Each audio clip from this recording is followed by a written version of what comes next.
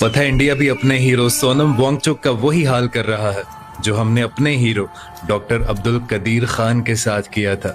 ये वही सोनम वांगचुक है जिन्होंने लद्दाख में सेकमोल नाम का एक स्कूल बनाया।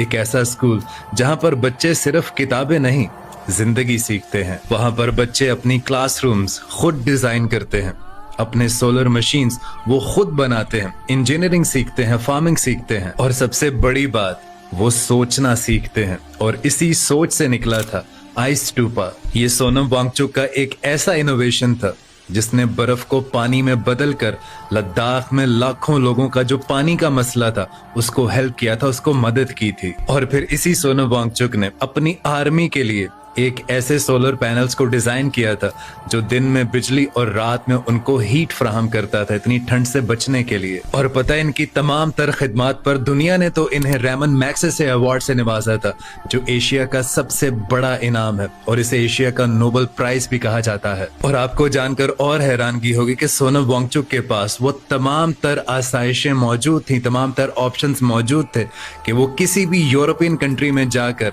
अपनी जिंदगी को आराम दे, सुकून दे गुजार सकते थे। लेकिन उस शख्स ने अपने ही मुल्क में रहकर अपने ही लोगों की खिदमत करने का सोचा और यही उसका सबसे बड़ा जुर्म बन गया। और पता है, सोनम वांगचुक को देखकर मुझे महात्मा गांधी की वो लाइंस याद आती हैं कि उन्होंने कहा था कि आप मुझे जंजीरों में जकड़ सकते हो, आप मुझे धमकियां दे सकते हो, आप मेरे जिस्म को तहस नहस कर सकते हो, नुकसान पहुंचा सकते हो, लेकिन आप मेरे विचारों को कभी भी बर्बाद नहीं कर सकते। लेकिन आज वही इंसान जिसका इतना बड़ा कद काठी है, उसने इतनी खिदमात दी हैं, इतनी इनोवेशंस की हैं, इतनी इन्वेंशंस की हैं, आज वही इंसान जंतर मंतर में भूख हड़ताल पर बैठा है। और वो भूख हड़ताल पर सिर्फ इसलिए बैठा है कि 2026 जो नीट के पेपर लीक हुए थे उसकी वजह से लाखों स्टूडेंट्स का भरोसा टूटा है और कई सारे स्टूडेंट्स ने अपनी जान दी है। और इसीलिए वो एनजीए में रिफॉर्म्स चाहते हैं, उसकी अकाउंटेबिलिटी चाहते हैं और एजुकेशनल सिस्टम में बदलाव चाहते हैं